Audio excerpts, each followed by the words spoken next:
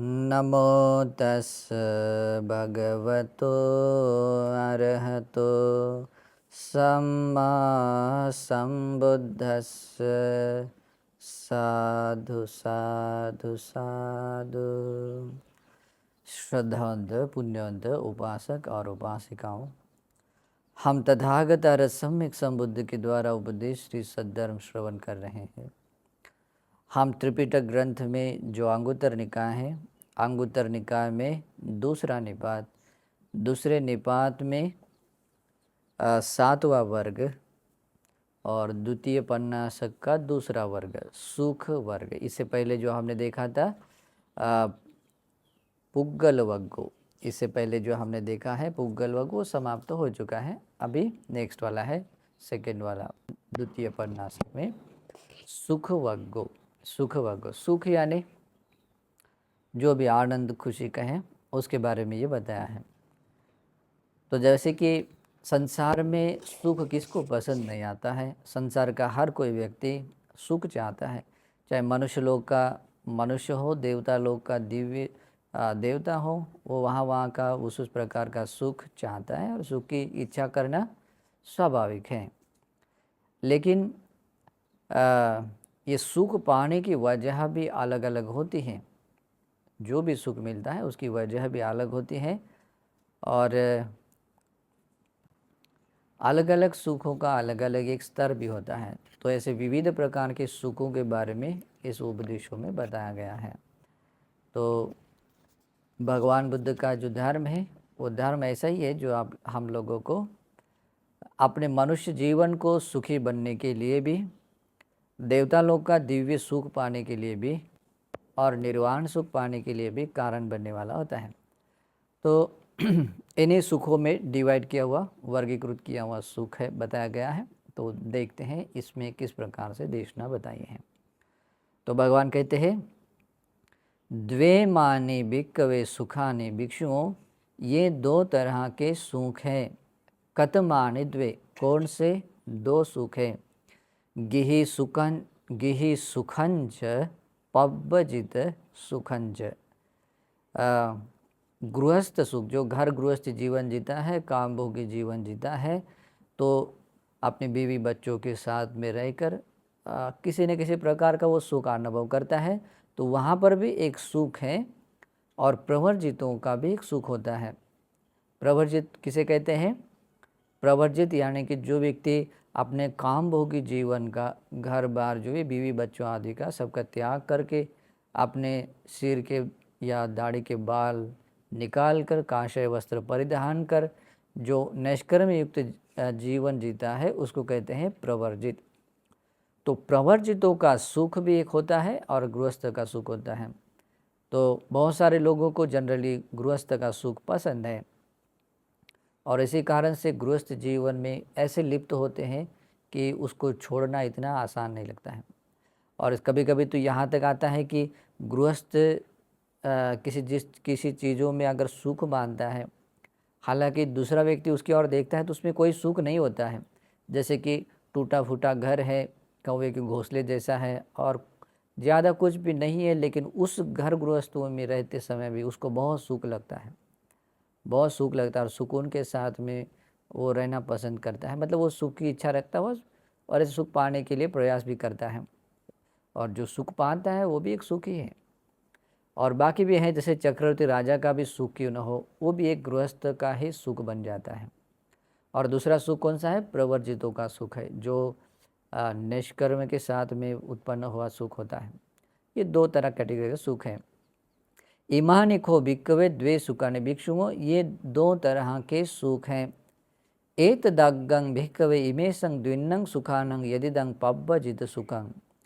भगवान कहते भिक्षुओं, यह जो दो तरह का सुख मैंने, मतलब ये जो दो तरह का सुख बताया है, और इन दो तरह के सुखों में यह जो प्रवर्जितों का सुख है, प्रवर्जित सुख है, एत दग्गं, वह सर्वश्रेष्ठ है। इन दोनों में अग्र स्थान पर, यानी कि गृहस्थ सुखों से कई गुना में ऐसे काउंट नहीं कर सकते हैं, बहुत बड़ा सुख होता है प्रवर्जितों का सुख, ऐसा होता है। लेकिन कभी कभी क्या होता है, प्रवर्जित का सुख कभी कभी आदमी का मन ऊब जाता है। प्रवर्जितों के लिए जो करणीय बातें हैं वो बातें अगर आदमी छोड़ देता है और फिर बाद में उसको लगता है कि अगर ये सुख नहीं मिल रहा है तो वो गृहस्थ सुखों की तरफ अपना चित्त झुका देता है ना। जब और ऐसा खाली आदमी कभी नहीं रहता है। एक अगर चीज़ हाथ से छूट जाती है दूसरा चीज़ को पाने के लिए प्रयास करता है। तो प्रवर्जित सुख अगर नहीं मिल रहा है किसी भिक्षु को तो निश्चित तौर पर वो गृहस्थ सुखों की कामना करता है और उधर झुक भी जाता है। और लेकिन कंपैरिजन किया जाए मतलब उसकी तुलना की जाए तो भगवान यही कहते हैं इन दोनों सुखों में ये जो प्रवर्जित का सुख है वो सबसे अग्र है, मतलब श्रेष्ठ है ना। द्वेमानि भिक्खवे सुखानि भिक्षुओं, दो तरह के सुख है। कथमानि द्वे, कौन से दो है? काम सुखंच निखम सुखंच। एक प्रवर्जित का एक भाव होने का सुख अलग होता है और निष्कर्म भाव एक अलग होता है। ठीक है, तो यहाँ थोड़ा सा अलग शब्द जैसा दिखाई देगा लेकिन थोड़ा सा अलग है। तो काम सुखंच, काम सुखों में जैसे कि पंच काम कहते हैं, जैसे कि आँखों से हम जब प्रियमनाभ रूप देखते हैं, जैसे कि पुरुष व्यक्ति है तो स्त्रियों का जो प्रियमनाभ रूप होता है उसको देखकर जो सुख देखता है उसमें उसको बोलते हैं काम सुख। तो शब्द है, गंध है, रस है और स्पर्श है, इन पांच जो इंद्रियों के संस्पर्शों से उत्पन्न हुआ जो सुख है उसको कहते हैं काम सुख। ये भी है, ये नहीं है करके ऐसा नहीं है, भले ही उसका स्वभाव मतलब सुख का छोटा सा रहता है और दुख का ज़्यादा रहता है, एक अलग है। वो अनित्य होने से दुख में तब्दील होना उसका स्वभाव है, लेकिन उसमें कुछ मात्रा में सुख है। इस कारण से भगवान कहते हैं काम सुख भी है। और दूसरा है निखम सुखंच। दूसरा सुख कौन सा है? निष्कर्म। निष्कर्म का अर्थ क्या मतलब इन पंच कामों के आदिनों को देखकर, देखिए बहुत कितना सुंदर है। ये पंच काम है, रूप, शब्द, गंध, रस और स्पर्श। इन पंच काम सुखों के आदिनों को, आदिनों क्या है? ये पंच काम सुख क्या है? अनित्य है, दुख है, अनात्म है। ये उसका आदिनव है, यानी कि ये उसका दुष्परिणाम है। और ये स्वभाव इन पंच कामों का होने के कारण जब व्यक्ति इन पंच कामों को लेकर उसको अनित्य है समझकर, दुख है, अनात्म है समझकर जब अपने आप को इससे अलग कर देता है, अपने शरीर का और मन को भी हटा देता है, वो होता है निष्कर्म भाव। और उससे अलग होने का जो निष्कर्म जो सुख है वो सुख अद्भुत होता है। तो ये दो तरह का सुख। इमानी खो भिक्खवे द्वे सुखानि भिक्षुओं, ये दो तरह के सुख हैं। एत दाग्गं भिक्खवे इमेशं द्विन्नं सुखानं यदिदं नेक्खम सुखं। ये जो दो तरह के सुख मैंने बताए हैं ये दो तरह के सुख हैं और इनमें ये जो निष्कर्म सुख हैं, ये निष्कर्म सुख क्या है? इनमें अग्र है। काम सुखों से कई गुना नहीं बोल सकते तो असंख्य गुना ज़्यादा श्रेष्ठ है कौन सा सुख? निष्कर्म सुख। यानी कि कोई भिक्षु अगर ऐसे घर बार छोड़कर पंच काम सुखों का त्याग करके, अपने बीवी बच्चों का त्याग करके, ऐसे कांशय वस्त्र परिधान करके निष्कर्म भाव को पाता है, यानी कि निष्क्रमण करता हुआ सन्यासी बनता है, उसका सुख बहुत बड़ा होता है। फिर भगवान आगे कहते हैं द्वेमानि भिक्खवे सुखानि। भिक्षुओं ये दो तरह के सुख हैं। कथमानि द्वे, कौन से दो सुख हैं? उपधि सुखंच निरुपधि सुखंच। उपधि सुखंच, ये शब्द भले आप लोगों को कठिन लगे, मुश्किल लगे, लेकिन इस बात को भी समझ लेना है कि उपधि सुखंच। उपधि कहते हैं जैसे कि ये हमें जो जीवन मिलता है ना, जहाँ पर अपने कर्म और संस्कारों के अनुसार व्यक्ति जन्म लेता है, तो अविद्या के साथ में, तृष्णाओं के साथ में जन्म मिलता है, तो उसी को कहते हैं ये उपधि। यानी कि जो तीनों जो लोक है, तीन लोक, इसका अर्थ ये नहीं होता है कि भूलोक है, स्वर्ग लोक, नरक लोक। तीन लोक का अर्थ होता है कामावचर लोक, रूपावचर लोक और अरूपावचर लोक। तो इन तीनों लोकों तक जो कोई सत्व अपने कर्म के अनुसार जन्म लेता है, तो अगर वो सुगति देवलोक में लेता है, सुगति भूमि में जैसे मनुष्य लोक हैं, देवता लोक हैं, ब्रह्म लोक, आरूप लोक है, तो इस जगह पर जो व्यक्ति जन्म लेता है उसका अस्तित्व रहता है, तो उसमें भी एक अपना सुख होता है। निरूपदी सुखंच, तो उपदि उसको कहते हैं उपदि सुखंच, यानी कि ते भूमि, तीनों लोकों में जो सुगति भूमि में मिलने वाला जो सुख है उसको कहते हैं उपदि सुखंच, सुख। तथा निरूपदि, निरूपदि सुखंच, यानी कि उपाधि, निरूपाधि शेष, मतलब बिना उपाधि के शेष रहे जो सुख रहता है, जैसे कि निर्वाण है। निर्वाण में ही कहीं कोई अविद्या नहीं रहती है, कहीं कोई तृष्णा नहीं रहती है, और उपाधि, उपाधि का अर्थ होता है कि उपाधि जहाँ नहीं होता है, इसका मतलब वहाँ पृथ्वी, आप, तेज, वायु धातु से बना हुआ कोई रूप नहीं है, या कोई मतलब ऐसा अस्तित्व नहीं है। तो इसको कहते हैं निरूपधि, यानी कि लोकोत्तर सुख, लोकोत्तर सुख को ही निरूपधि सुख कहते हैं। तो ये दो सुख हैं, उपदि सुख है, निरूपदि सुख है। अभी बहुत सारे लोगों को पता भी नहीं चले, लेकिन जनरली ऐसे सुख, तो सुख की कामना करते हुए मनुष्य लोक में आते हैं, सुख देवता लोक में जाते हैं, तो उस प्रकार के सुख को व्यक्ति तो पा लेता है और उसी में व्यक्ति आसक्त होता है। अभी उसके, लेकिन उसी को उपदि सुख कहते हैं, ये पता नहीं चलता है, और ऐसा रहते समय निरूपदि सुख पाने के लिए कोई इच्छा नहीं जागती। ओके, जब संसार का आदिनव दिखाई जाता है या दिखाई देता है, व्यक्ति चार दुर्गति आ पाए, लोक का भी दुख है और वहाँ जाकर वो दुख भोगता है, मनुष्य लोक में भी आता है या जो भी संसार में आता है, तो जन्म, बुढ़ापा, मृत्यु आदि उसके स्वभाव को देखता है, संसार दुख को देखता है, तब जाकर उसे बाहर आने के लिए जब प्रयास करता है, और प्रयास करता है जो भगवान की विमुक्त यानी वाणी को सुनता हुआ अगर धर्म जीवन जीता है, तभी ये निरूपधि वाला सुख मिल जाता है, यानी कि निर्वाण सुख मिलता है।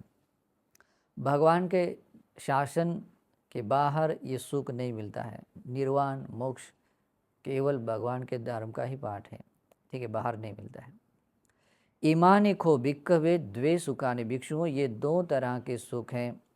एतदाग्गं भिक्खवे इमेशं द्विन्नं सुखानं यदिदं निरूपधि सुखं, भिक्षुओं ये दो तरह के सुख है, और इनमें यह जो निरूपधि सुख है, यानी कि जहाँ न जन्म है, न बुढ़ापा है, न मृत्यु है, इन सभी उपाधियों को जो पीछे छोड़ दिया जाता है, तो ऐसा जो सुख है, लोकोत्तर सुख है, निर्वाण का सुख है, वो सुख क्या है? सर्वश्रेष्ठ है, अग्र सुख है। फिर आगे भगवान कहते हैं द्वे माने भिक्खवे सुखानि, भिक्षुओं ये दो तरह के सुख हैं। कतमानि द्वे, कौन से दो सुख है? सासव सुखांच अनासव सुखांच, सास यानी कि आश्रव सहित सुख, आश्रव सहित, आश्रव सहित सुख का अर्थ होता है आसवानं पच्चय भूतं वट्ट सुखं। वट्ट सुख यानी कि जहाँ जन्म होता है, आदमी बूढ़ा होता है, मरता है, और जन्म और मृत्यु के इस संसरण में, इसको बोलते हैं वट्ट।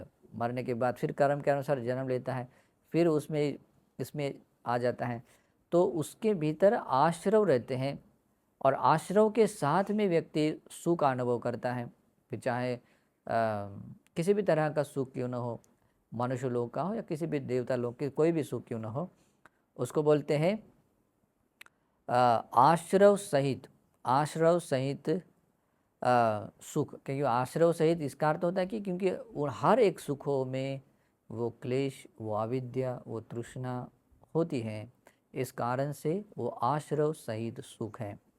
और दूसरा सुख कौन सा है? इसको बोलते हैं आश्रव सहित सुख। और ये आश्रव सहित सुख सारे सभी संसार में जितने भी जन्म और मृत्यु का क्षेत्र है, वो हर जगह पर ये आश्रव सहित सुख है। लेकिन दूसरा सुख है अनाश्रव सुख। अनाश्रव, अनाश्रव का अर्थ होता है कि आश्रव रहित सुख, चाहे कामाश्रव हो, भव आश्रव, अविद्याश्रव, जितना भी है, इन सभी आश्रवों को व्यक्ति का मतलब होता है केवल भगवान का श्रावक ही ऐसा कर सकता है। जब भगवान का श्रावक है, सभी आश्रवों को क्षीण करके, नष्ट करके जो अनाश्रव बनता है, अरहंत बनता है, तो अरहंत होने का सुख एक अलौकिक है, मतलब उसको लोकों के परे मतलब मिलने वाला सुख है, उसको लोकोत्तर भी बोल सकते हैं। तो ये दो तरह के सुख हैं। कौन सा है? आश्रव सहित सुख है, दूसरा आश्रव रहित सुख है, उसको बोलते हैं अनाश्रव सुख। अनाश्रव सुख को निर्वाण सुख भी बोलते हैं। तो जनरली संसार के प्राणी, ये सुगति भूमि के मनुष्य लोग के आदि, ये तो आश्रव सहित सुख में आ सकते हैं और उस सुख का अनुभव करते ही हैं। लेकिन जो अनाश्रव सुख है, ये केवल और केवल भगवान बुद्ध के जन्म से ही मिल सकता है। भगवान के जन्म के बिना ये सुख किसी को नहीं मिलता, ना देवताओं को, ना मनुष्यों को, किसी को नहीं मिलता। जब कभी संसार में भगवान आते हैं और मुक्तिदानी धर्म बताते हैं, तभी ये अनाश्रव सुख, निर्वाण का सुख, अरहंत होने का सुख कोई व्यक्ति पा लेता है। फिर आगे भगवान बुद्ध के और भगवान आगे भी कहते हैं, इमानिको भिक्कवे द्वे सुखानि भिक्षु, ये दो तरह के सुख हैं। एत दाग्गं भिक्कवे इमेशं द्विन्नं सुखानं यदिदं अनासव सुखं भिक्षु, ये दो तरह के सुख है और इनमें ये जो अनाश्रव सुख है, अनाश्रव आश्रव रहित सुख है, जिसमें जैसे कि लोकोत्तर है, अरहंत होने का सुख है, वो क्या है? एत दाग्गं, उनमें सबसे अग्र है, प्रथम स्थान पर है, श्रेष्ठ स्थान पर है। फिर आगे कहते हैं, द्वे माने भिक्कवे सुखानि भिक्षु, ये दो तरह के सुख हैं। कतमानि द्वे, कौन से दो सुख है? सामिसंच सुखं निरामिसंच सुखं। वैसे सामिस सुख कहते हैं क्लेश सहित सुखों को ही सामिस कहते हैं, यानी कि संकिलेशं वट्टगामि सुखं, अट्ठकथा में ऐसे बताया गया है। तो संकिलेशं यानी कि जिन क्लेशों से, उपक्लेशों से अपना चित्त मलिन होता है, लेकिन फिर भी मलिन होने के बाद भी उसमें जैसे राग द्वेष मोह जागता है, ये क्लेश है, लेकिन ऐसा होने के बावजूद भी क्या होता है? उसमें आदमी सुख देखता है। इसको कहते हैं वट्टगामी सुख, यानी कि वो संसार में बार बार, मतलब जन्म लेने के लिए, बूढ़ा बनने के लिए, मरने के लिए, हर कर्म के अनुसार जन्म लेने के लिए वो काम, मतलब कारण बनने वाला सुख है, उसको वट्टगामी सुख बोलते हैं।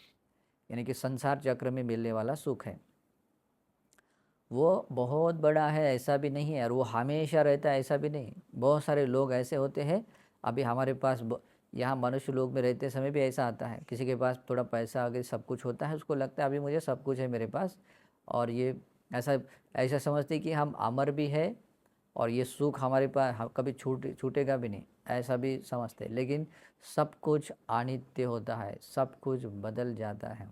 ओके, और ये बात ध्यान में न आने के कारण ही आदमी इस वट्टगामी सांसारिक सुखों में ऐसे आदमी चिपक जाता है कि सोच नहीं सकते। इसी कारण से उसको क्या कहते हैं? सामिसंग सुखंग, सामिस सुख बोलते हैं। निरामिष, निरामिष सुख, निरामिष सुख कहते हैं, अट्ठकथा में कहते हैं निक्किलेशं विवट्टगामी सुखं। विवट्टगामी, आपको क्रमशः धीरे धीरे भी क्यों ना, अगर वो मुक्ति की ओर ले जाने वाला अगर सुख, मतलब आप मुक्ति की ओर जाने वाला प्रयास मार्ग से अनुसार जीवन जीते हुए अगर आपको सुख मिलता है, जैसे कि आप 5 निवरणों को जब छोड़ देते हैं, तो 5 निवरणों को छोड़ने का जो सुख होता है वो अद्भुत होता है। और 5 निवरणों को छोड़ने के बाद जब प्रथम ध्यान को पाते हैं, उससे ज़्यादा सुख है। प्रथम ध्यान से द्वितीय ध्यान जाते हैं तो प्रथम ध्यान का सुख छूट जाता है, मतलब इसे कहते हैं निरामिष। और इसी तरह से जिसमें कि क्लेश दूर हो जाते हैं, जो क्लेश उत्पन्न होना स्वभाव होता है वो क्लेशों का दूर होना होता है, तो ऐसे सुखों को जहाँ पाया जाता है, देखा जाता है, उसको कहते हैं निरामिष सुख। और भगवान बुद्ध कहते हैं ईमानिको भिक्खवे द्वे सुखानि भिक्षु, ये दो तरह के सुख हैं। एत दाग्गं भिक्खवे इमेशं द्विन्नं सुखानं यदिदं निरामिषं सुखं भिक्षु, ये दो तरह के सुख हैं, लेकिन दो तरह के सुख हैं, और इनमें यह जो निरामिष सुख है, यानी कि क्लेशों को दूर करके, क्लेशों को दूर करके क्लेश रहित बनकर जो पाया गया सुख होता है, वो क्या होता है? एतदाग्गं, इनमें सबसे अग्र हैं, श्रेष्ठ हैं, ऐसे भगवान बुद्ध बताते हैं। फिर आगे भी भगवान बुद्ध बताते हैं, द्वे माने भिक्खवे सुखाने भिक्षुओं, दो तरह के सुख हैं। कतमानि द्वे, वे कौन से दो सुख हैं? आर्य सुखंच अनार्य सुखंच। आर्य सुख और अनार्य सुख, है ना। इससे पहले भी हमने आर्य के अनार्य किसे कहते आदि उसको ये किया था, देखा था। ओके, यहाँ जन्म से बनने वाले आर्य के बारे में कोई यहाँ जिक्र नहीं है। तो आर्य उस व्यक्ति को कहते हैं जो व्यक्ति, चाहे वो भिक्खु हो चाहे भिक्खुनी, उपासक उपासिका हो, और ये इतने होते हैं आर्य लोग, यानी भगवान बुद्ध के शासन में आए हुए और विमुक्ति के मार्ग पर आरूढ़, यानी कि श्रोतापन्न बनने के मार्ग पर आरूढ़ और श्रोतापन्न फल प्राप्त, अनागामी मार्ग को प्राप्त और सकदागामी मार्ग प्राप्त, सकदागामी फल प्राप्त, अनागामी मार्ग प्राप्त, अनागामी फल प्राप्त, अरहंत मार्ग पर आरूढ़ हुआ और अंत फल को प्राप्त हुआ। ये ही आर्य लोग होते हैं और वे केवल और केवल भगवान के श्रावक होते हैं। जिस व्यक्ति को भगवान का ऐसा श्रावक बनने का, आर्य बनने का सौभाग्य मिलता है, इस विमुक्ति के मार्ग पर या फल को पाने का सौभाग्य मिलता है और ऐसा पा लेता है, तो वो क्या बनता है? आर्य बनता है। और ऐसे आर्य बनने का जो सुख अनुभव करता है, अद्भुत सुख होता है। ऐसे सुखों की कोई ऐसा संसार में किसी भी सुख की तुलना नहीं की जा सकती है। ये आर्य सुख, ये आर्य सुख क्या देता है? हमेशा के लिए 100%, हमेशा के लिए ये जो जन्म है, बूढ़ापा, मृत्यु है, इसे हमेशा के लिए उसको ख़त्म कर सकता है, अमृत निर्वाण सुख दे सकता है। इस कारण से एक आर्य सुख ये भी होता है। और आर्य श्रावक भगवान के श्रावक के पाते हैं। भगवान का श्रावक बनने का सौभाग्य किसी को भी आ सकता है, चाहे किसी भी कुल परंपरा में जन्मा हुआ व्यक्ति क्यों न हो, वो व्यक्ति भी आर्य श्रावक इन आर्य सुखों को पा सकता है। लेकिन उसको इस बुद्ध शासन में आना होता है, भगवान ने बताए हुए धर्म के अनुसार आचरण करना होता है, फिर उसके बाद में आर्य सुख पा सकता है।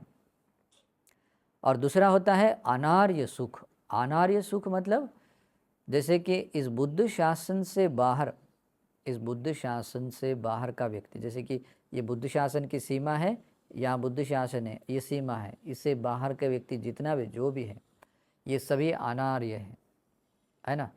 जो व्यक्ति, जो भगवान ने बताया हुआ विमुक्तिदानी मार्ग है, इस मार्ग पर वो आरूढ़ नहीं है, यह मार्ग आरूढ़ तो बहुत दूर, उसने सुना तक नहीं है, उसके बारे में श्रद्धा मात्र भी नहीं है, वो व्यक्ति क्या कहलाता है? पृथक जन। पृथक जन, पृथक जन यानी कि इस अलग है, बुद्ध शासन से बिल्कुल अलग है, पृथक जन व्यक्ति अनार्य कहलाता है। और ऐसा जीवन जीते हुए जिन जिन वस्तु चीज़ों में, जिन जिन घटनाओं, जहाँ पर भी जिस प्रकार का सुख अनुभव करता है, वो सुख कहलाता है अनार्य सुख। अनार्य सुख, देखिए इस पूरे विश्व में अभी इससे बाहर जहाँ पर भी जितने भी सुख अनुभव करने वाले लोग दिखाई देते हैं, वो सब अनार्य सुख हैं। अनार्य सुखों को पाने, और अनार्य सुख पाने के लिए ऐसे विशेष कोई ऐसा ऐसा बनने की ऐसी ज़रूरत नहीं पड़ती है, वो ऐसे ही मिल जाता है संसार में। लेकिन आर्य सुख पाना है तो भगवान बुद्ध शासन होना जरूरी है, उस शासन में आना जरूरी है, उस शासन के अनुसार प्रतिपादन करना जरूरी है, और फिर उसके बाद में वो पाया जाता है। ऐसा सुख है। इमानिको भिक्खवे द्वे सुखाने भिक्षुओं, ये दो तरह के सुख है। एतदाग्गं भिक्खवे इमेशं द्विन्नं सुखानं यदिदं आर्य सुखं सुखन्ति। तो भगवान कहते हैं ये दो तरह के सुख है, और इन दो तरह के सुखों में यह जो आर्य सुख है वो क्या है? श्रेष्ठ है, अग्र है, प्रथम स्थान पर है। तो इस तरह से भगवान बुद्ध इन सुखों के बारे में बताते हैं। आगे भी बहुत सारे सुखों के बारे में जानकारी है, लेकिन वो अगले प्रवचन में देखते हैं। नमो बुद्धाय।